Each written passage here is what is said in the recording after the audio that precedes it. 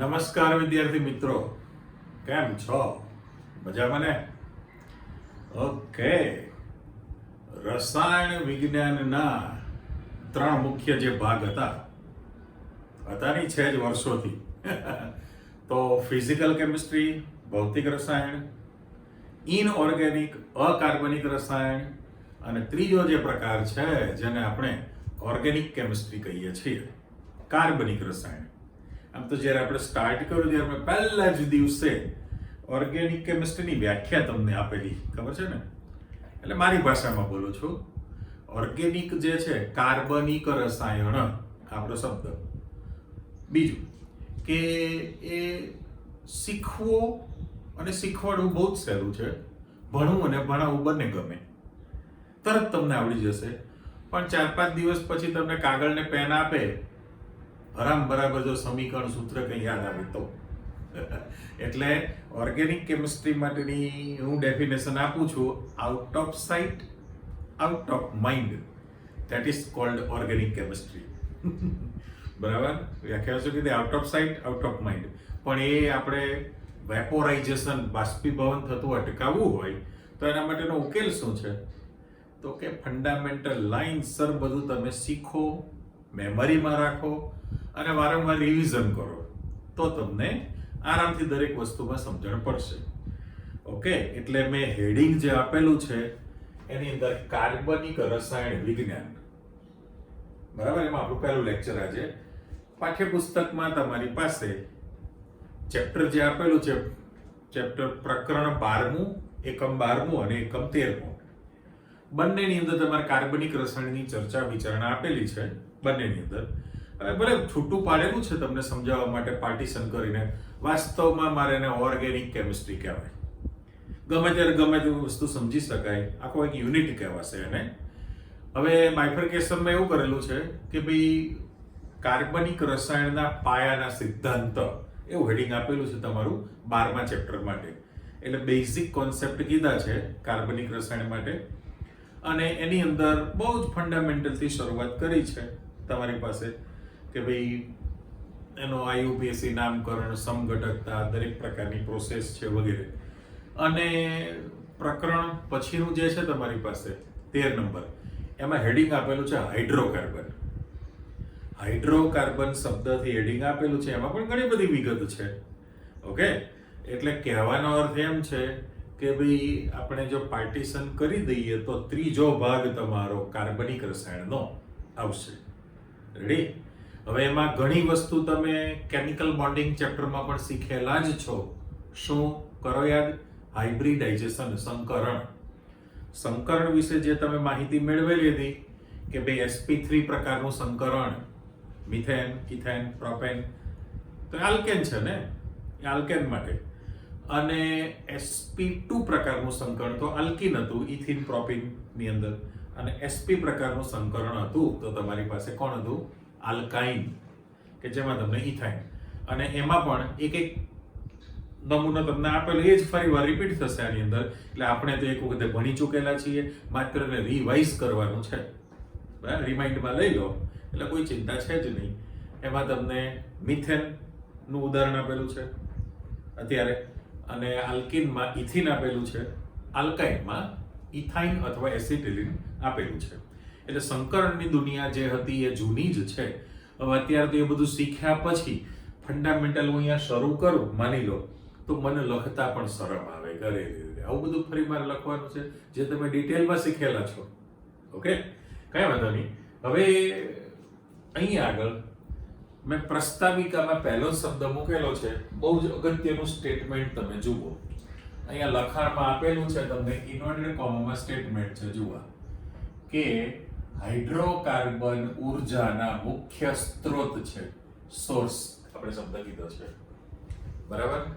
એટલે આમાં એકથી આપણે શરૂઆત કરીએ છીએ, તમે સાથે સાથે શીખવા માટે પ્રયત્ન કરો. તો હાઇડ્રોકાર્બન ઉર્જાના મુખ્ય સ્ત્રોત છે. હવે એકચ્યુઅલી આમ તમે જાણો છો કે જો મારે અહીંયા લખવું હોય તો આ જે શબ્દ મૂકેલો છે કે ભાઈ હાઇડ્રોકાર્બન, તો હાઇડ્રોકાર્બનની અંદર મુખ્ય તત્વ તરીકે તમારી પાસે હાઇડ્રોજન અને કાર્બન જ હોય ને. આ બે હાઇડ્રોકાર્બનની અંદર મુખ્ય તત્વ તરીકે તમારી પાસે હાઇડ્રોજન અને કાર્બન છે, પણ એવું જરૂરી નથી. એ તો એનું નામ હાઇડ્રોકાર્બન છે, પણ હું અહીંયા ચોખવટ તમને કરી જ દઉં છું કે ભાઈ આ સિવાય તેમાં બીજા કોણ હોઈ શકે? તો કે નાઇટ્રોજન છે, ઓક્સિજન છે, ફોસ્ફરસ છે, સલ્ફર છે, કે પછી હેલોજન તત્વ પણ હોઈ શકે છે. ચાલો, આ મેં તમારા માઇન્ડની અંદર પહેલી જ ચોખવટ કરી દેલી છે કે ભાઈ હાઇડ્રોકાર્બન એ શબ્દ સૂચવે જ છે કે ભાઈ હાઇડ્રોકાર્બનનો મીનિંગ એવો થયો છે કે એમાં મુખ્ય તત્વ, મૂળભૂત તત્વ હાઇડ્રોજન અને કાર્બન છે, પણ આ સિવાય તેમાં નાઇટ્રોજન, ઓક્સિજન, ફોસ્ફરસ, સલ્ફર કે હેલોજન તત્વની પણ હાજરી હોઈ શકે છે. એટલે આપણે એને હાઇડ્રોકાર્બનમાં બીજાનો સમાવેશ કરી લીધેલો છે. ઓકે, એ તો પછી આપણે વિચારીએ છીએ, પણ હાઇડ્રોકાર્બન ઉર્જાનો મુખ્ય સ્ત્રોત છે એવો શબ્દ આપેલો છે. એટલે અહીંયા પ્રસ્તાવિકા પેટે તમારા પાઠ્યપુસ્તકમાં એક પેજ ભરીને વાર્તા કરેલી છે. હવે આમ ઓફિશિયલી જે કંઈ તમે હું બોલું છું એ બધું તમારી પાસે લખાણમાં આવતું જશે, જે છે એની મારે ચર્ચા કરો છે 5-7 મિનિટ માટે, અને પછી આપણે હાઇડ્રોકાર્બનની દુનિયામાં આગળ વધીએ. તો સૌથી પહેલું કે તમારા રૂટીન લાઈફ શબ્દ રોજિંદા જીવનમાં કાર્બનિક રસાયણ સંકળાયેલું જ છે. બોલો સાચું? હા. એનું કારણ એટલા માટે કે સવારે ઉઠીને રાત્રે સૂવો ત્યાં સુધીનું તમે જેટલી વસ્તુનો ઉપયોગ કરો છો એ બધાની અંદર તમારી પાસે કેમિસ્ટ્રી સમાયેલું છે, અને મોટા ભાગે કાર્બનિક રસાયણ તો છે જ તે. રાઈટ? હવે એનું ઉદ્ગમ સ્થાન શું?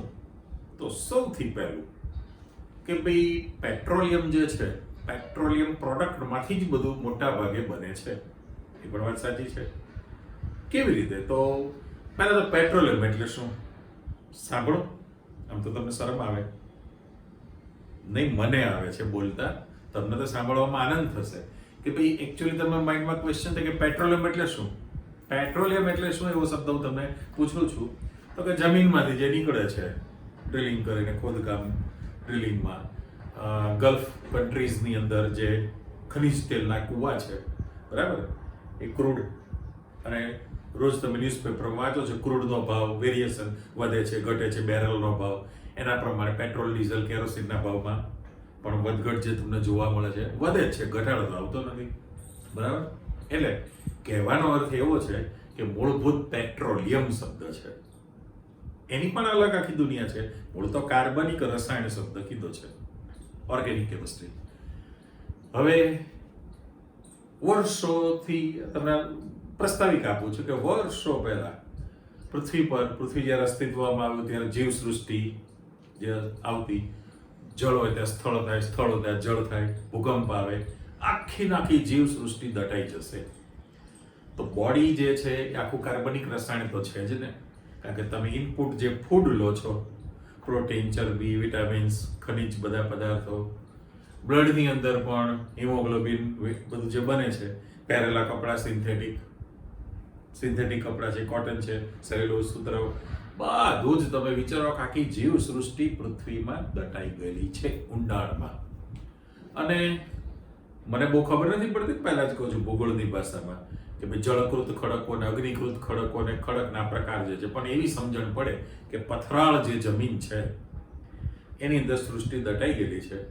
અમસ્તુ પણ તમે વિચાર કરો કે પાણી માટે જે બોર કરે છે, બરાબર, અંદર ચેનલો પાણીની અંદર ચાલતી રહેતી હોય જમીનમાં અંદર ઊંડે સુધી, પણ પાણીનો સંગ્રહ ક્યાં થયેલો છે? તો કે જે પથરાળા વિભાગ હોય, વેલ, કૂવો જે તમે જોશો તળિયે, ઉપરનો ભાગ તો ચલો પાકું કરેલું, તમે બ્રિક્સનું કન્સ્ટ્રક્શન તમને દેખાય, પણ તમે અંદર જોશો ખુલ્લો કૂવો હોય તો અંદર તો સાવ તળિયે તો બધું પથ્થરવાળી દુનિયા છે, અને એમાંથી ઘણી વખતે શું થાય કે પાણીની લાઈનો અંદર આવતી પણ દેખાય, ખાલી થઈ ગયેલો હોય તો. એટલે એ જે પાણીનો સોર્સ છે ત્યાં ખાડામાં જમા થાય છે અને આપણે એને બહાર કાઢીએ છીએ. એ જ વસ્તુ છે કે જીવ સૃષ્ટિ દટાઈ ગયેલી છે, એટલે વનસ્પતિ સૃષ્ટિ અને પ્રાણી સૃષ્ટિ, આખી સૃષ્ટિ દટાઈ ગઈ. કાર્બનિક રસાયણ તો છે. પણ એ બધી જ રચના કેવી છે તો કે જટિલ કાર્બનિક રસાયણ છે. એમાંથી તમારે સરળ રચના ધરાવતા કાર્બનિક રસાયણ જોઈએ છે. અને આપણે તો રાસાયણિક ગતિકી ચેપ્ટર ભણી લીધું છે. શું ગતિકી? રાસાયણિક સંતુલન ચેપ્ટર. ગતિકી તો 12મા ધોરણમાં છે હજી. પણ કોઈ પણ રાસાયણિક પ્રક્રિયા પર અસર કરતા પરિબળો કેટલા છે તો કે દબાણ છે, તાપમાન, સાંદ્રતા, ઉદ્દીપક. તો તમે જાઓ પૃથ્વીના પેટાળમાં, તમે જોશો ઊંડાણ સુધી, તો ત્યાં આગળ દબાણ ઊંચું છે, તાપમાન ઊંચું છે, યોગ્ય ઉદ્દીપક પણ મળે. તો પ્રક્રિયા થઈને જે જટિલ રચનામાંથી સરળ રચનામાં જે રૂપાંતરણ થયેલું છે એને આપણે પેટ્રોલિયમ કહીએ છીએ. એટલે ખરેખર પેટ્રોલિયમની હું તમને વ્યાખ્યા બોલું છું કે પેટ્રોલિયમ એટલે શું. પહેલો જ ક્વેશ્ચન તો કે વનસ્પતિ સૃષ્ટિ અને પ્રાણી સૃષ્ટિની પૃથ્વીના પેટાળમાં ઊંચા તાપમાને, દબાણે અને યોગ્ય ઉદ્દીપકની હાજરીમાં રાસાયણિક પ્રક્રિયા થઈને જટિલ રચના ધરાવતા કાર્બનિક રસાયણોનું સરળ રચના ધરાવતા કાર્બનિક રસાયણમાં થયેલા રૂપાંતરણને પેટ્રોલિયમ કહે છે. કેટલી સરસ મજાની વ્યાખ્યા છે. આવડી ગઈ? ફરી બોલું એક વખતે. વનસ્પતિ સૃષ્ટિ અને પ્રાણી સૃષ્ટિની પૃથ્વીના પેટાળમાં ઊંચા દબાણે અને તાપમાને, યોગ્ય ઉદ્દીપકની હાજરીમાં રાસાયણિક પ્રક્રિયા થઈને જટિલ રચના ધરાવતા કાર્બનિક રસાયણોનું સરળ રચના ધરાવતા કાર્બનિક રસાયણમાં થયેલા રૂપાંતરણને પેટ્રોલિયમ કહીએ છીએ. ઓકે, હવે જે પેટ્રોલિયમ તમે મેળવો છો એનું વિભાગીય નિસ્યંદન કરવામાં આવે એટલે એને ઇંગ્લિશ ફ્રેક્શનલ ડિસ્ટિલેશન આપણે બોલીએ છીએ. ડિસ્ટિલેશન એટલે નિસ્યંદન છે. તો એ જે ઘટકો છે એની અંદર અમુક જે આ બધા હાઇડ્રોકાર્બન જ છે, એ હાઇડ્રોકાર્બન અમુક વાયુ સ્થિતિમાં છે, અમુક પ્રવાહી સ્થિતિમાં છે, પ્રવાહીમાં છે, અમુક ઘન પદાર્થ પણ છે. એટલે એને જુદા જુદા ઉત્કલન બિંદુને આધારે ઘટકોને વાયુ સ્થિતિમાં છૂટા પાડવાની ક્રિયા, જેને આપણે વિભાગીય નિસ્યંદન કહીએ છીએ. હવે એ પણ તમે જાણો છો કે ભાઈ આલ્કેન, આલ્કીન, આલ્કાઇનની જે દુનિયા છે તો અમુક જે છે એ વાયુ સ્થિતિમાં કરો યાદ કે ભાઈ C1 થી C4 methane, ethane, propane, butane. C1 થી C4 જે છે એ વાયુ સ્થિતિમાં છે. C5 થી C12 એટલે pentane, hexane, heptane, octane, nonane, ડેકેન, અનડેકેન, ડોડેકેન 12 સુધીના જે છે પ્રવાહી સ્થિતિમાં છે. એમાંય પાછું પેન્ટેન છે દહીંમાંની, દૂધમાંની, એ વાયુ પણ છે, પ્રવાહી પણ છે. ઓકે, અને એનાથી તમે આગળ વધો એટલે C5 થી C12 કીધું, C12 થી C15 બોલીએ છીએ. C એટલે કાર્બનની સંખ્યા છે, C18, C20 કાર્બનની સંખ્યા. તો 18 કાર્બન કરતા વધી જાય તો એ ઘન સ્થિતિમાં છે. એટલે પેટ્રોલિયમ જે પ્રોડક્ટ છે બધી એમાંથી જ તમે બધા ઘટકો બનાવો છો. દાખલા તરીકે ઇથિન છે તો ઇથિનનું બહુલીકરણ કરો તો પોલિથિલિન બને, પોલિમર બધા. પ્રોપીન છે તો બધી પોલીપ્રોપીન બને, સ્ટાયરીન છે તો પોલિસ્ટાયરીન બને. એટલે પોલિમર્સ બધા એ પ્રકારના તમને એમાંથી મળવાના છે. આજે બોલીએ તમારી પ્રસ્તાવના છે ભાઈ, પ્રસ્તાવનાની અંદર જે પોલિમર્સ તમને એમાંથી તૈયાર થયેલા છે. એટલે મારે અહીંયા મૂળભૂત ઘટક તરીકે હું શબ્દ મૂકી દઉં તો પેટ્રોલિયમ. પેટ્રોલિયમ શબ્દ છે એ પેટ્રોલિયમમાંથી અમુક ઘટકો વાયુ સ્થિતિમાં તમને મળવાના છે, અમુક ઘટકો પ્રવાહી સ્થિતિમાં મળવાના છે. વાયુ અને પ્રવાહી એટલે મુખ્ય એમનો ઉપયોગ ઈંધણ એટલે ફ્યુલ, ઇંગ્લિશ વર્ડ તમારો, આપણે તો ગુજરાતી લખવું પડે ને, એનો ફ્યુલ ઈંધણ તરીકે તમે ઉપયોગ કરો છો. હવે ઈંધણ શબ્દ પ્રવાહી પણ છે, વાયુ પણ છે. પ્રવાહીમાં તો તમે જાણો છો કોણ છે તો કે પેટ્રોલ છે, ડીઝલ છે અને કેરોસીન છે. આ મેઇન તો ત્રણ છે, પેટ્રોલ, ડીઝલ અને કેરોસીન. વાયુ સ્થિતિમાં તમે જાઓ તો વાયુમાં તમારી પાસે પહેલું તો LPG, પછી CNG, પછી તમારી પાસે NCG એવું પણ આપેલું છે. અને ખાલી શોખથી બોલું છું, આ હોય નહીં, GNG. GNG ચાલો ચોખવટ કરીએ તો અહીંયા જે વિગત આપેલી છે છગડીયા કૌંસમાં કરી દીધો છે ઈંધણ તરીકે.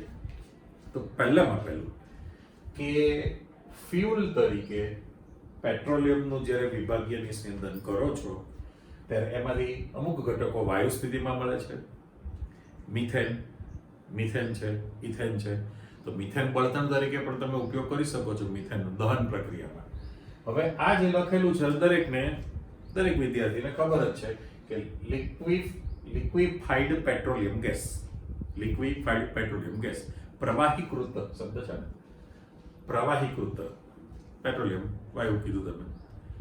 અને એ ઘરગથ્થુ આપણે ઘરે જે ગેસ સિલિન્ડર છે રસોઈ બનાવવા માટે એ ઘરગથ્થુ ઈંધણમાં તમે ઉપયોગ કરો છો. એના પછી સીએનજી છે, તો કોમ્પ્રેસ નેચરલ ગેસ શબ્દ કીધો, કોમ્પ્રેસ્ડ એટલે સંકોચિત. હવે એ બળતણ તરીકે તો છે જ, સીએનજી બસ ગાડી વગેરે ચાલે છે, સીએનજી થી બધી ઈંધણ તરીકે તમે ઉપયોગ કરી શકો છો. પછી એનસીજી કીધું, નેચરલ કોમ્પ્રેસ ગેસ, નેચરલ કુદરતી સંકોચિત વાયુ, એમ pure Gujarati. Natural compress gas એ પણ ઈંધણ તરીકે વાપરી શકાય છે. એટલે એલપીજી, સીએનજી, એનસીજી એ બળતણ તરીકે તમે એનો ઉપયોગ કરી શકો વાયુ અવસ્થામાં. જીએનજી એ ખાલી મારે કહેવાનું છે કે ભાઈ તમે બસમાં કે ટ્રેનમાં જતા હો ત્યાં સુરત, બોમ્બે, બરોડા પછી સુરત, બોમ્બે તમે જતા હો તો જે આપણી કેમિકલ ઇન્ડસ્ટ્રીઝ રસ્તામાં તમને આવે, અંકલેશ્વર છે, ભરૂચ છે, રાઈટ, તો એ વખતે જે કેમિકલ્સની બધી સ્મેલ આવે છે, ખરાબ સ્મેલ, એને જીએનજી કહેવાય. ગંધાર નેચરલ ગેસ હોય નહીં કોઈ દિવસે, તો આપણે ખાલી શોખથી બોલીએ છીએ જીએનજી, ગંધાર એટલે બેડ સ્મેલ છે, ગંધાર નેચરલ ગેસ એવો શબ્દ મેં કીધેલો છે. ઓકે, બળતણની આપણી પાસે માહિતી આવી. અને પ્રવાહીની અંદર મુખ્ય તમારી પાસે જે ઓટોમોબાઈલ, બધા જ વ્હીકલ્સ જે છે, વાહનો, એમાં પેટ્રોલ બળતણ તરીકે, ડીઝલ પણ બળતણ તરીકે છે, કેરોસીન પણ બળતણ તો ખરું જ, અને ઘરગથ્થુ પણ તમે વાપરી શકો છો. હવે એ બળતણ થયું ત્યાર પછી મેં કહ્યું એ પ્રમાણે કે તમારી પાસે જે ઘન પદાર્થ જે છે એમાંથી પોલિથીન કીધું ને, પોલિથીન, પોલીપ્રોપીન અને પોલિસ્ટાયરીન, બીજા બધા ઘણા બધા હોઈ શકે, ખાલી એમ ટપકા પાડી દઉં છું તો આ ઘટકો આવી ગયા. અને ઉચ્ચો અણુભાર ધરાવતા, એટલે આપણે શબ્દ મૂકી દઈએ ઊંચા આણ્વીય દળ ધરાવતા, કે જેનો અણુભાર ખૂબ જ વધુ છે. ઊંચા આણ્વીય દળ ધરાવતા જે તમારી પાસે, શબ્દ ફરી મૂકી દઉં, ઊંચા આણ્વીય દળ ધરાવતા જે ઘટકો છે એ પ્રવાહી સ્થિતિમાં હોય. પ્રવાહીની વાત કરીએ તો રંગકના પ્રાઇમરી ઘટકો છે, પ્રાથમિક કહેવાય ને. રંગક ડાઇસ જે આપણે શબ્દ બોલીએ છીએ એ રંગક માટેના પ્રાથમિક ઘટકો તરીકે એ ઊંચા આણ્વીય દળ ધરાવતા ઘટકો રાખીએ છીએ. અમુક ઘન પદાર્થ છે જેનો પણ તમે ઉપયોગ કરી શકતા હો છો. એટલે આમાં તો તમે જેટલું વર્ણન કરો એટલું ઓછું છે, પણ કહેવાનો અર્થ એમ કે આપણા ડેઈલી રૂટીન લાઈફમાં કાર્બનિક રસાયણ સંકળાયેલું જ છે. જ્યાં જશો ત્યાં તમને બધે જ હાઇડ્રોકાર્બન એટલે કાર્બનિક જોવા મળે.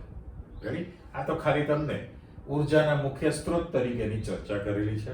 પછી આ જે બધા પોલિમર છે, દરેક પ્રકારના ફાઇબર્સ જે આપણે રેસાઓ જે કહીએ છીએ હાઇડ્રોકાર્બનમાં જ આવે. ઓકે, ચલો હવે સહેજ આગળ વધીએ આપણે. આ તમારી પ્રસ્તાવિકા પૂર્ણ. મેં તમને ચોખવટ કરી દીધી કે ભાઈ મુખ્ય તત્વ તરીકે હાઇડ્રોજન અને કાર્બન છે, એટલે આપણે હાઇડ્રોકાર્બન શબ્દ કીધેલો છે. પણ એના સિવાય તમે કહો કે ભાઈ નાઇટ્રોજન, ઓક્સિજન, ફોસ્ફરસ, સલ્ફર કે હેલોજન તત્વ પણ હોઈ શકે છે. ચલો આને હું આ છગડીયો કૌંસું કાઢી નાખું છું. હવે હાઇડ્રોકાર્બન જ્યારે શબ્દ તમે વાપરો ત્યારે મૂળભૂત ઘટક તરીકે તમારી પાસે જે ચર્ચા કરવી છે 1 4 1 એટલે સંયોજકતા. કાર્બનિક રસાયણમાં જ્યારે તમે સ્ટ્રક્ચર દોરો ત્યારે એની સંયોજકતા બહુ જ અગત્યની હોય છે. એટલે હું એ લખું છું કે ભાઈ હાઇડ્રોજનની સંયોજકતા 1 હોય, ઓક્સિજનની સંયોજકતા 2, નાઇટ્રોજનની સંયોજકતા 3, બરાબર, કાર્બનની સંયોજકતા 4 અને હેલોજન X મૂકી દો તો પાછી એની સંયોજકતા કેટલી થઈ કહેવાય? 1 છે. X આપણે હેલોજન માટે સિમ્બોલ વાપરેલો છે. એટલે કોઈ પણ કાર્બનિક રસાયણનું જ્યારે તમે સ્ટ્રક્ચર વિચારો ત્યારે 1 2 4 4 2 1 સ્ટ્રક્ચર મૂકો ત્યારે આ ધ્યાનમાં રાખવું પડે. ઓકે, હવે બીજી વાત આવે કે તમારે કોઈ પણ અણુસૂત્ર, બંધારણીય સૂત્ર વગેરે જે ભણશો એ ગોખવાના નથી હોતા. જ્યાં સુધી તમને સ્ટ્રક્ચર દોરતા ન આવડે ત્યાં સુધી એના નામ તમે તૈયાર નહીં કરી શકો. રૂલ્સ રેગ્યુલેશન તો ખરા જ. IUPAC જાણો છો ને? IUPAC international union of pure and applied chemistry. તો IUPAC સિદ્ધાંત પ્રમાણે તમે કાર્બનિક સંયોજનોનું નામકરણ કરશો, નિયમોનું પાલન કરવાના. પણ જ્યાં સુધી તમે એનું સ્ટ્રક્ચર, બંધારણ નહીં દોરો ત્યાં સુધી એનું અણુસૂત્ર ગોખી નહીં શકાય. અને બંધારણ દોરવા માટે ફંડામેન્ટલ વસ્તુ કે આ તમારી પાસે સંયોજકતા સંતોષાતી હોવી જોઈએ. એટલે હાઇડ્રોજનની સંયોજકતા 1, ઓક્સિજનની 2, નાઇટ્રોજન 3, કાર્બન 4 અને હેલોજન 1 છે. એટલે હું બોલું છું 1 2 4 4 2 1. અને આપણે તો રાસાયણિક બંધન ચેપ્ટરની અંદર પણ સાબિત કરી દીધું સિગ્મા સિગ્મા સ્ટાર પાઈ પાઈ સ્ટાર આણ્વીય કક્ષક ચિતાર વખતે પુરવાર કરેલું છે બંધ ક્રમાંક કેટલો છે. એટલે સંયોજકતાની જળવાવી જોઈએ. મોટા ભાગે કાર્બનિક સંયોજનોમાં સહસંયોજક બંધ બને, કોવેલેન્ટ બોન્ડ. હવે સહસંયોજક બંધ બનાવો છે એનો અર્થ એમ કે ભાઈ કાર્બન ને હાઇડ્રોજન ઇલેક્ટ્રોનની ભાગીદારી કરવાના છે, જે આપણે સંકરણમાં પણ શીખી લીધેલું છે. ઓકે, ચલો વધુ આગળ. હવે પહેલો શબ્દ મેં મૂકેલો છે કે ભાઈ હાઇડ્રોકાર્બન. ઓકે, તો હાઇડ્રોકાર્બનના વર્ગીકરણ માટે તમારી પાસે મુખ્ય 2 પ્રકાર, એટલે આમ એકચ્યુઅલી 3 પ્રકાર પાડેલા છે. પહેલું તમને કહેવામાં આવે છે કે સંતૃપ્ત સંયોજનો, એટલે સંતૃપ્ત હાઇડ્રોકાર્બન શબ્દ છે. એના પછી મારે અહીંયા લખવું છે કે ભાઈ અસંતૃપ્ત હાઇડ્રોકાર્બન સંયોજનો છે. અને અહીંયા આગળ વિશિષ્ટ, તમારી પાસે વિશિષ્ટ પ્રકારના એરોમેટિક સંયોજનો છે. એરોમેટિક સંયોજનો. હવે વિશિષ્ટ પ્રકારના એરોમેટિક શબ્દને અત્યારે ન સમજણ પડે તો આપણે કાઢી નાખીએ. વિશિષ્ટ ચક્રીય સંયોજનો. ઓકે, ચક્રીય સંયોજનો તમે બોલો છો. હવે આમ તમે ખરેખર જોવા જાઓ તો તમારી પાસે 2 જ પ્રકાર પડે. એક છે મુક્ત શૃંખલા ધરાવતા સંયોજન. મુક્ત માટે બીજો શબ્દ મુક્ત, સરળ, રેખીય, નોર્મલ, સ્મોલ n આપણે સિમ્બોલ વાપરીએ છીએ, કે જેમાં ટ્રેન જેવી રચના છે. ટ્રેન હોય તો એન્જિન આગળ છે અને ગાર્ડનો ડબ્બો પાછળ છે. આખી ગાડી કનેક્ટેડ છે, પણ એન્જિન અને ગાર્ડ તો જોડાયેલો નથી ને. ટ્રેન જેવી રચના. પહેલો ને છેલ્લો કાર્બન છૂટો હોય એટલે એને સરળ શૃંખલા ધરાવતા સંયોજનો કહેવાય. એટલે જો આમ આપણે એના મુખ્ય જો 2 પ્રકાર મારે પાડવા હોય તો તમે એવું કહી શકો, જો એ લખું છું મુક્ત શૃંખલા ધરાવતા સંયોજનો. ઓકે, એટલે આના પર રાઉન્ડ મૂકું છું મુક્ત સરળ રેખીય, કે જેની અંદર પહેલો ને છેલ્લો કાર્બન છૂટો છે. અને એના બદલે અહીંયા જ્યારે આપણે પ્રકાર આપી દઈએ તો ચક્રીય સંયોજનો, ચક્રીય પર રાઉન્ડ આપી દો, સાયક્લિક કમ્પાઉન્ડ્સ કહીએ ને આપણે એને, ચક્રીય. તો એમાં પહેલો ને છેલ્લો કાર્બન જોડાયેલો હોય, વલય રિંગ બનાવી દેશે, એટલે ચક્રીય સાયક્લિક કમ્પાઉન્ડ્સ આપણે કહીએ. એટલે ખરેખર ઓફિસિયલી તમે જોવા જાઓ તો મુક્ત શૃંખલા ધરાવતા સંયોજનો અને ચક્રીય સંયોજનો એવા એના 2 પ્રકાર પડી જાય. વિશિષ્ટ પ્રકારના ચક્રીય સંયોજનો કહેલા છે. હવે અહીંયા કે મુક્ત શૃંખલા ધરાવતા સંયોજનોમાં સંતૃપ્ત સંયોજનો અને અસંતૃપ્ત સંયોજનો એ મેઇન આપણે ગણીએ છીએ. હવે સંતૃપ્ત જે વિભાગ છે, સંતૃપ્ત, તો એની અંદર પણ ફરી પાછા 2 પ્રકાર આપણે દઈએ કે ભાઈ સંતૃપ્ત, મુક્ત સંતૃપ્ત સંયોજનો, અથવા રેખીય લખું તો પણ ચાલશે ને. હવે મુક્ત એક વખતે શબ્દ આપણે વાપરેલો છે એટલે હું રેખીય સંતૃપ્ત સંયોજન એમ શબ્દ વાપરું છું. અને અહીંયા આગળ તમારી પાસે ચક્રીય સંતૃપ્ત સંયોજન એવું આપણે આપી દઈએ. ઓકે, હવે સંતૃપ્ત જે રેખીય સંયોજન હોય એનું જે સામાન્ય સૂત્ર છે બધા જાણો છો, પણ મારે તો અત્યારે લખવું પડે કે ભાઈ CnH2n+2 પ્રકારનું છે. CnH2n+2 પ્રકારનું તૈયાર થયું કહેવાય. સાથે સાથે એવું પણ આપણે આપી દઈએ કે ભાઈ સંતૃપ્ત જે સંયોજનો જે છે એને તમે ઓળખો છો આલ્કેન તરીકે. શાના તરીકે ઓળખો છો? આલ્કેન છે. ઓકે, અને એનો લેટિન શબ્દ જે છે પેરાફિન. એટલે ગ્રીક ભાષામાં લેટિન શબ્દની અંદર તમે એનો બીજો જે મીનિંગ છે એ પેરાફિન કહેવાય. એટલે પેરોન છે, સ્પેલિંગમાં તો તમારી પાસે PUROUN છે, પેરોન, અને એફિન્સ એટલે ક્રિયાશીલતા. એટલે આલ્કેન માટે તમારી પાસે પેરાફિન એવો મીનિંગ પણ વાપરી શકાય છે. પેરાફિનનો અર્થ એફિન એટલે ક્રિયાશીલતા અને પેરા એટલે ઓછી, અલ્પ, ઓછી ક્રિયાશીલતા ધરાવતા સંયોજનો. ઓછી ક્રિયાશીલતા છે એટલે આપણે એને સંતૃપ્ત કહેલું છે અને આલ્કેન સંયોજનો તૈયાર થયેલા કહેવાય. હવે આમાં આખી જે સિરીઝ તમારી પાસે જે તૈયાર કરવાની છે આલ્કેન માટે, તો દાખલા તરીકે હું સેમ્પલ મૂકું અહીંયા આગળ. પહેલું તમે CH4, પછી C2H6, C3H8, એ તમારો ક્રમ આના પ્રમાણે ચાલુ રહેશે. જુઓ હવે કે n એટલે કાર્બનની સંખ્યા છે. આ જે સામાન્ય સૂત્ર તમે મૂકેલું છે એ સામાન્ય સૂત્રમાં n એ કાર્બનની સંખ્યા છે અને twice n+2 એ હાઇડ્રોજનની સંખ્યા છે. હવે જો તમે અહીંયા n ની કિંમત 2 લઈ લો એટલે કાર્બનની સંખ્યા 2 લો તો 2 દુ 4 + 2 6 થાય, રાઈટ? એ 3 કાર્બન લો તો 3 દુ 6 + 2 8 તૈયાર થાય. આ સિરીઝ લાંબી શ્રેણી તમારી પાસે ચાલુ રહેશે અને દરેકના નામને પાછળ તમે n પ્રત્યય લગાડો છો. આ જે આલ્કેન છે એ દરેકના નામને પાછળ આપણે પ્રત્યય કયો લગાડીએ છીએ? એ લોકોને n પ્રત્યય લગાડવો પડે સ્પેલિંગની અંદર. એટલે જો ક્રમ તમે લેતા જાઓ તો એક જ કાર્બન ધરાવતું જે પહેલું સભ્ય છે, મીથેન શબ્દ મૂકીએ, આ સૌથી પહેલું સભ્ય આલ્કેન શ્રેણીનું પ્રથમ સભ્ય કહેવાય. આલ્કેન શ્રેણીનું પ્રથમ સભ્ય જેને તમે મિથેન કહો છો. n પ્રત્યય 2 કાર્બન હોય તો ઇથેન, 3 હોય તો પ્રોપેન, 4 હોય તો બ્યુટેન. એટલે methane, ethane, propane, butane, pentane, hexane, heptane, octane, nonane, decane. Decane એટલે 10, અનડેકેન એટલે 11, ડોડેકેન એટલે 12. એમ તમારું ચાલતું રહે. ટેટ્રાઇડ એટલે 20, અનટેટ્રાઇડ 21. તો મેં ટપકા મૂકેલા જ છે. તો આલ્કેનમાં આ રેખીય તૈયાર થયેલું કહેવાય.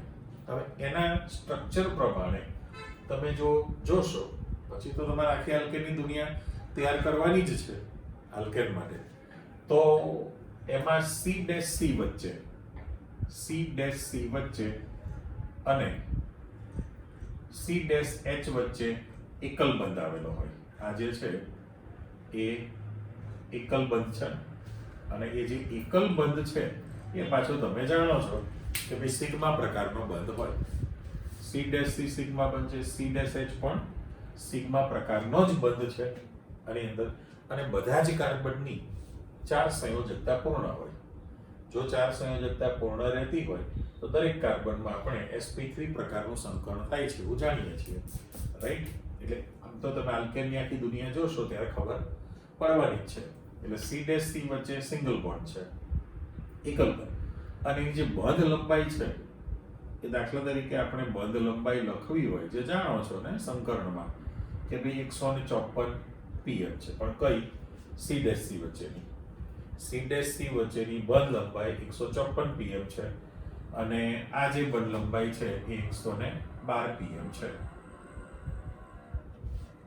બંધ લંબાઈની જે તમે વિગત આપો છો એના માટે જો આ 154 pm બંધ લંબાઈ થઈ અને આના બરાબર પાછી લાઈનિંગ મૂકી દો તો 112 pm CH વચ્ચેની બંધ લંબાઈ તૈયાર થયેલી છે.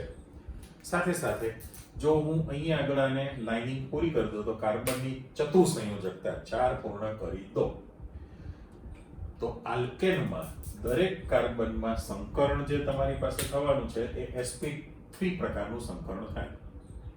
કોઈ પણ આલ્કેન સંયોજનમાં 4 બંધ બને છે એટલે sp3 પ્રકારનું સંકરણ તૈયાર થયેલું છે. એટલે આપણે ઘણી બધી વિગત સાથે સાથે સમજતા તમે જવાના છો. એટલે સામાન્ય સૂત્ર CnH2n+2 પ્રકારનું છે. આલ્કેનમાં C' અથવા C'(H) એટલે આને અથવા તો નહીં, એ બંને સિંગલ બોન્ડ એકલ બંધ છે અને એ એક જ બંધ સિગ્મા પ્રકારનો છે. સિગ્મા બંધ મજબૂત છે, સહેલાઈથી તૂટી ન શકે, માટે આલ્કેન સંયોજનની સ્થિરતા સૌથી વધુ છે. અને સ્થિરતા વધુ હોય તો રાસાયણિક ક્રિયાશીલતા ઘટે, અને એટલા માટે તો આપણે ઓછી ક્રિયાશીલતા, પેરાફિન શબ્દ વાપરેલો છે. ઓછી ક્રિયાશીલતા ધરાવતા સંયોજનો પેરાફિન કહેવામાં આવે. એટલે આ બંધ લંબાઈ તમારી પાસે તૈયાર થઈ. આવી ટાઈપની આખી સિરીઝ બનવાની છે, બરાબર. પણ હવે વાત આવે છે તમારી પાસે ચક્રીય. અહીંયા પાર્ટીશન કરી દો. તો જે ચક્રીય સંયોજન છે એમાં ચક્રીય જે સંયોજન તમે મૂકવાના છો, તો હવે પરિસ્થિતિ એવી થાય કે ભાઈ ચક્ર ક્યારે સ્ટાર્ટ થાય, તો કે ઓછામાં ઓછા 3 કાર્બન હોય તો જ શક્ય બને. એટલે માની લો હવે એના માટે તમારે આગળ સાયક્લો શબ્દ વાપરવો પડે. હું લખું છું કે દાખલા તરીકે આપણે સેમ્પલ પહેલા જોઈ લો. સ્ટ્રક્ચર મૂકીએ તો 1 2 3 કાર્બન આપણે મૂકી દીધા છે. 3 કાર્બન છે, ચક્રીય છે એટલે શબ્દ મૂકી દો, બરાબર. અત્યારે આખો શબ્દ વાપરી દો, સાયક્લો અને પ્રોપેન શબ્દ વાપરીએ છીએ. સાયક્લો પ્રોપેન છે. કાર્બનની ચતુઃસંયોજકતા પ્રમાણે દરેક કાર્બનને તમે 2 હાઇડ્રોજન આપી શકશો, બરાબર. એટલે જો હું અહીંયા 2 આમને 2 હાઇડ્રોજન આપી દઉં, આ કાર્બનને સહેજ હું લાઇનિંગ આપી દઉં છું, તો આપણું જે સ્ટ્રક્ચર બનેલું છે આને મેં બંધારણ દોરેલું કહેવાય.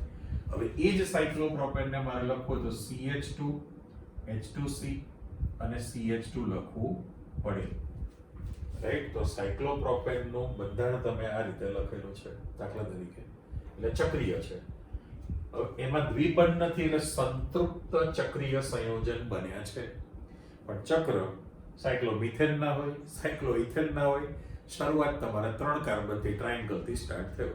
એટલે સાયક્લોપ્રોપેન, સાયક્લોબ્યુટેન, સાયક્લોપેન્ટેન, સાયક્લોહેક્સેન એમ તમારી પાસે કન્ટિન્યુઅસ સૂત્ર રહેશે. માની લો કે મારે લખવું છે H2C CH2, અહીંયા લખો H2C અને CH2 લખી નાખો. તો આને મારે હવે શોર્ટ ફોર્મમાં લખી નાખું, સાયક્લો બ્યુટેન શબ્દ વાપરી શકાય ને, સાયક્લો બ્યુટેન છે. એટલે ચક્રીય માટે તમે સાયક્લો શબ્દ વાપરો છો. પણ હવે જોવાથી તમને અંદાજ આવે છે કે ભાઈ એનું જે સામાન્ય સૂત્ર છે, આ લોકોનું સામાન્ય સૂત્ર કેવું બન્યું, તો કે CnH2n પ્રકારનું બને છે સામાન્ય સૂત્ર. ઓકે, અને હું સ્ટાર કરી દઉં. એટલે સંતૃપ્ત રેખીય આલ્કેન હતો, સંતૃપ્ત રેખીય આલ્કેન, એનું સામાન્ય સૂત્ર CnH2n+2 છે. અને એના બદલે અસંતૃપ્ત ચક્રીય આલ્કેન છે, તો એનું સામાન્ય સૂત્ર CnH2n બને છે. જેટલા કાર્બન છે એના કરતા તમારી પાસે બમણા હાઇડ્રોજન થયા. જો 2 કાર્બન છે, સોરી 3 કાર્બન છે, તો હાઇડ્રોજનની સંખ્યા કેટલી થઈ તમારી પાસે? આનું સૂત્ર આપણે મૂકવું છે. તો સાયક્લોપ્રોપેન કાર્બનની સંખ્યા 3 છે, તો હાઇડ્રોજન 6 બન્યા ને, C3H6. અહીંયા સાયક્લોબ્યુટેનમાં તમારી પાસે કાર્બનની સંખ્યા 4 છે, તો 2 4 6 ને 8, તો 8 બન્યા છે હાઇડ્રોજન. એ સિરીઝ તમારી કન્ટિન્યુઅસ ચાલતી રહે. પણ સ્ટાર્ટિંગ તમારું થયું પ્રોપેનથી, એટલે સાયક્લોપ્રોપેન, સાયક્લોબ્યુટેન, સાયક્લોપેન્ટેન, સાયક્લોહેક્સેન, સાયક્લોહેપ્ટેન. એવી રીતે સંતૃપ્ત અને અસંતૃપ્ત, સંતૃપ્ત ચક્રીય, અસંતૃપ્ત ચક્રીય. સાચું બોલો? નહીં. સંતૃપ્ત રેખીય આલ્કેન અને અસંતૃપ્ત ચક્રીય આલ્કેન, બે તમે પાડો છો. એટલે આલ્કેનમાં જ તમે 2 વિભાગ આપી દીધા. હવે તમે જશો સેજ આગળ કે ભાઈ અસંતૃપ્ત સંયોજનો.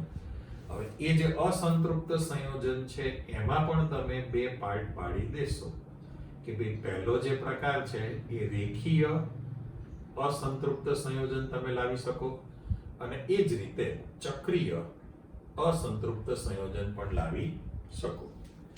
પણ હવે જ્યારે તમે અસંતૃપ્ત સંયોજનની વિગત આપો છો તો એ આને તો આપણે વિચારવાનું જ નથી અત્યારે. વિશિષ્ટ પ્રકારના ચક્રીય સંયોજનો છે.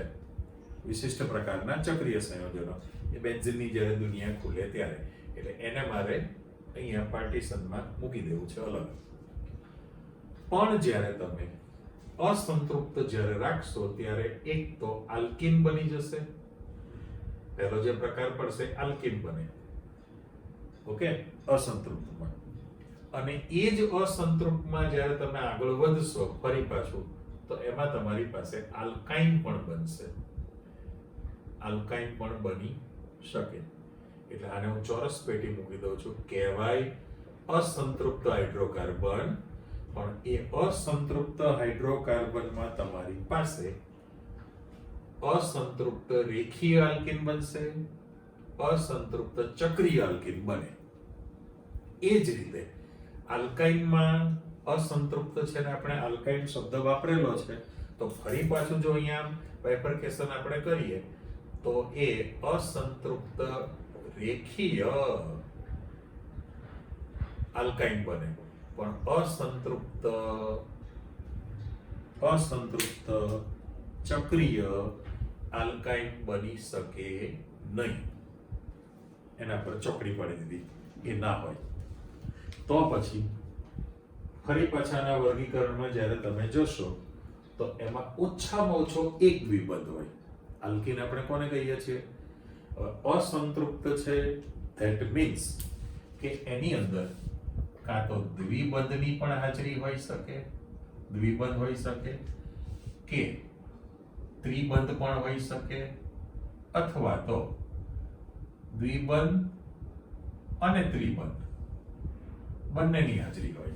ઓકે, એટલે અસંતૃપ્ત સંયોજન છે એ સૂચવે છે કે ભાઈ એમાં આલ્કીન હોય તો એમાં દ્વિબંધ હોય, આલ્કાઇન હોય તો એમાં ત્રિબંધ છે. આલ્કાઇનની અંદર તમારી પાસે ત્રિબંધ છે અને આલ્કીન લઉં તો એમાં તમારી પાસે દ્વિબંધ છે. અને ઘણી વખત દ્વિબંધ ત્રિબંધ બંનેની પણ હાજરી હોઈ શકે. સંખ્યા એક કરતા વધુ પણ હોઈ શકે. એટલે તો બધી ઘણી બધી ડિટેલ તમે શીખવાના છો.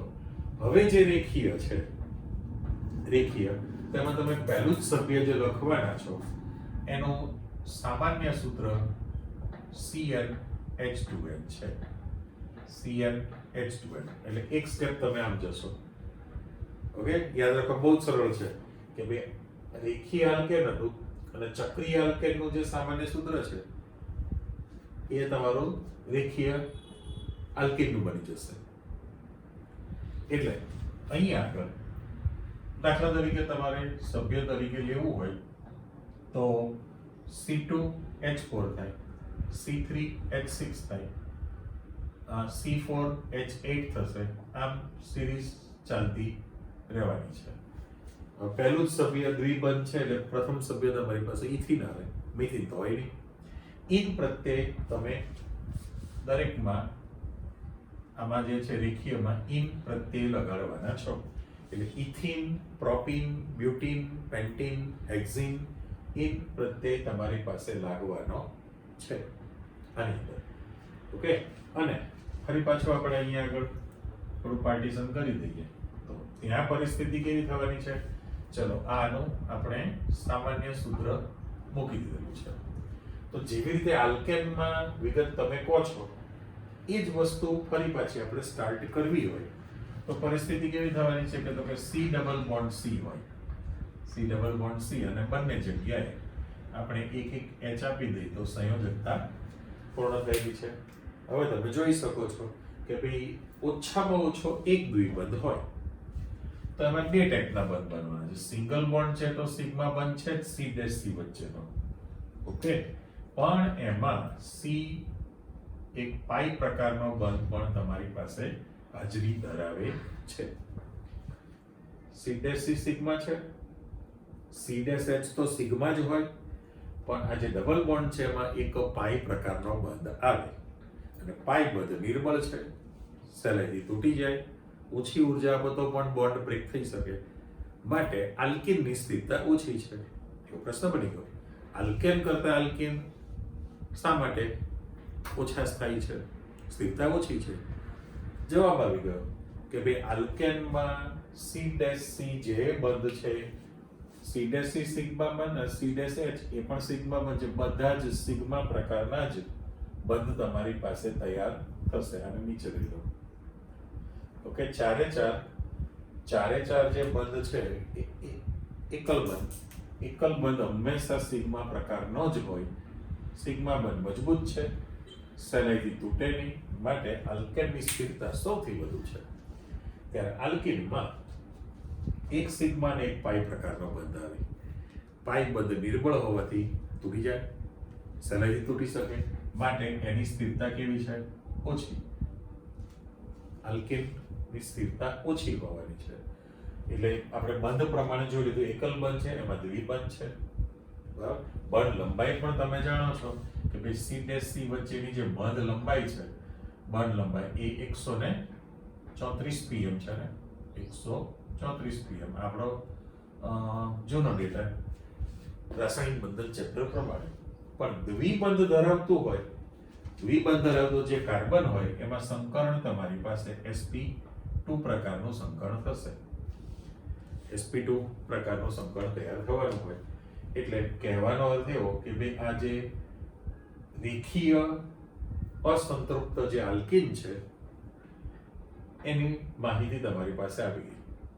પણ હવે જ્યારે તમે ચક્રીય લો તો ચક્રીયમાં આ જે ઉદાહરણ લખેલું છે એ જ મારે અહીંયા લખવાનું છે.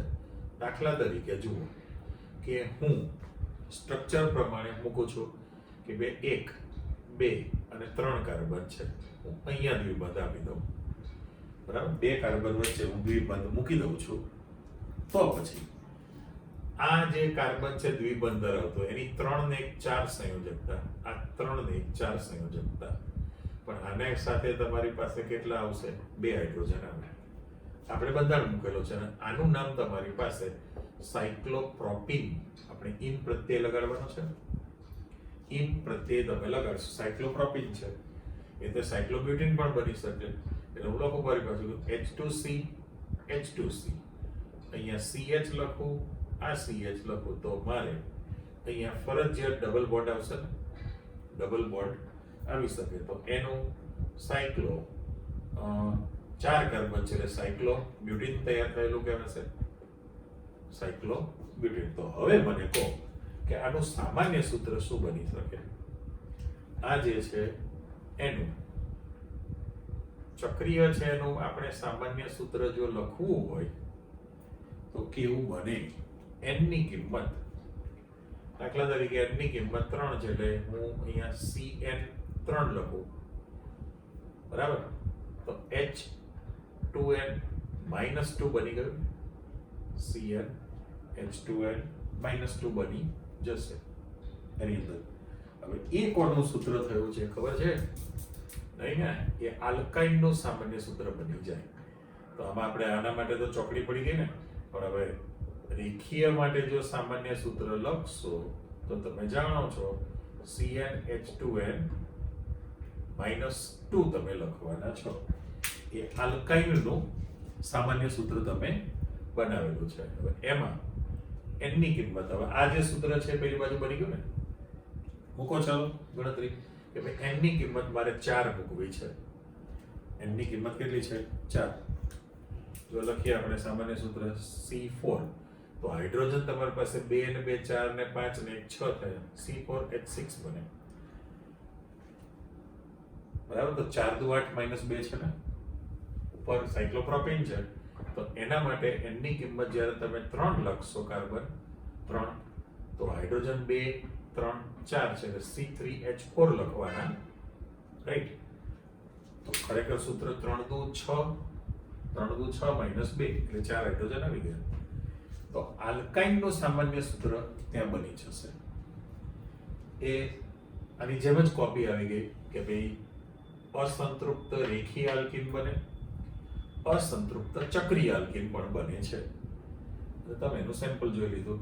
તો પછી તમારી પાસે આ જે સિરીઝ છે એમાં ઉદાહરણ લખવા હોય તો આલ્કાઇનમાં જાઓ છો તમે, આલ્કાઇનમાં જ્યારે તમે જશો તો C2 2 કાર્બન લો તો 2 દુ 4 માઇનસ 2, 3 લો તો 3 દુ 6 માઇનસ 2, અહીંયા 3 દુ 6 માઇનસ 2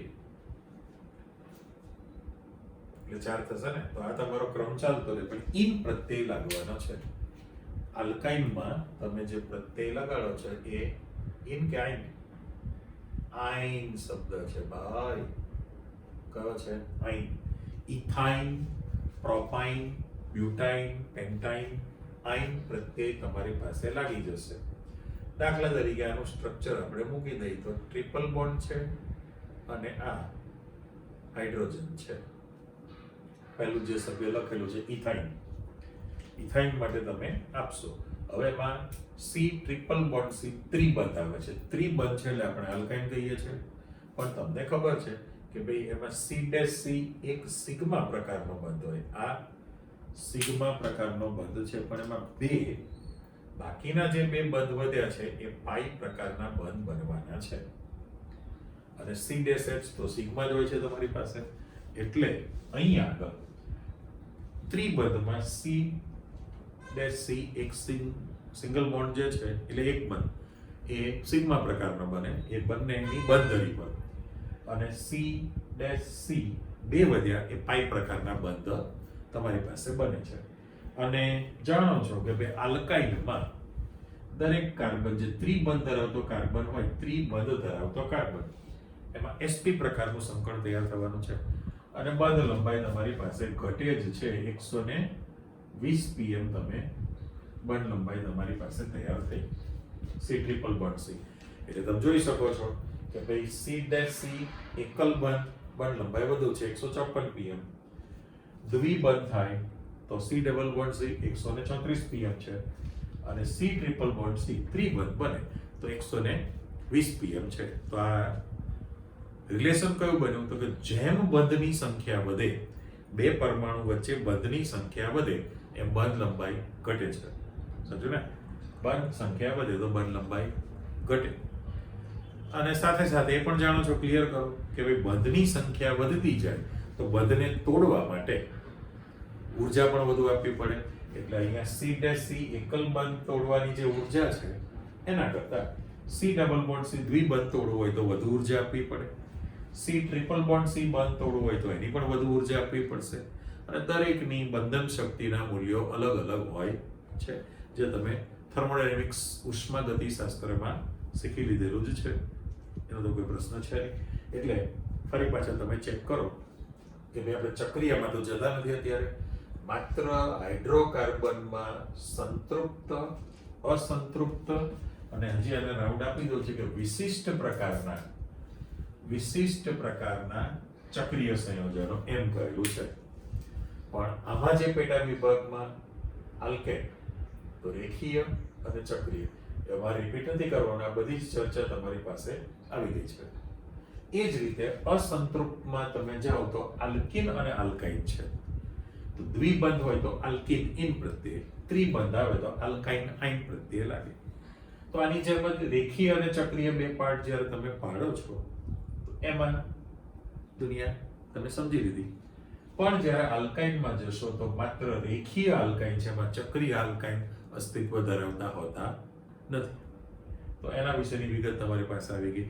અને આ જે તમે હાઇડ્રોકાર્બનમાં કાર્બનિક રસાયણમાં અત્યારે 11મા ધોરણમાં માત્ર તમારે આલ્કેન, આલ્કીન અને આલ્કાઇન વિશેની જાણકારી મેળવવાની છે. એટલે આલ્કેન સંયોજનોની બનાવટ, એના ભૌતિક ગુણધર્મો, એના રાસાયણિક ગુણધર્મો અને ઉપયોગિતા, આટલું જ હોય ને. અને જેમ તમે આગળ વધતા જશો તો બાકીના ક્રિયાશીલ સમૂહની ચર્ચા આવે, અલગ અલગ પ્રકારનો અભ્યાસ કરવાના છો. પણ કંઈ વાંધો નહીં, આપણે જે કાર્બનિક રસાયણનું ખાતું ખોલેલું છે કે જેની અંદર મારે બંને પ્રકરણમાં સમજૂતી આપવાની છે. 12મું પણ ચાલશે, 13મું પ્રકરણ પણ ચાલે જ છે. કાર્બનિકની દુનિયા છે, એમાં આપણે છૂટું પડતું નથી હોતું. એટલે આજની તારીખે તમે સામાન્ય પ્રસ્તાવિકા જોઈ લીધી છે, સાથે સાથે અહીંયા હાઇડ્રોકાર્બનનું સામાન્ય વર્ગીકરણ તમે ચેક કરેલું છે. આમ તો ડિટેલમાં ઘણું બધું આવતું જ જાય, પણ આના સંદર્ભમાં આપણે માહિતી આપી છે. ઓકે, આટલું તૈયાર કરી રાખો. ફરી પાછા મળીએ છીએ. આવજો, બાય.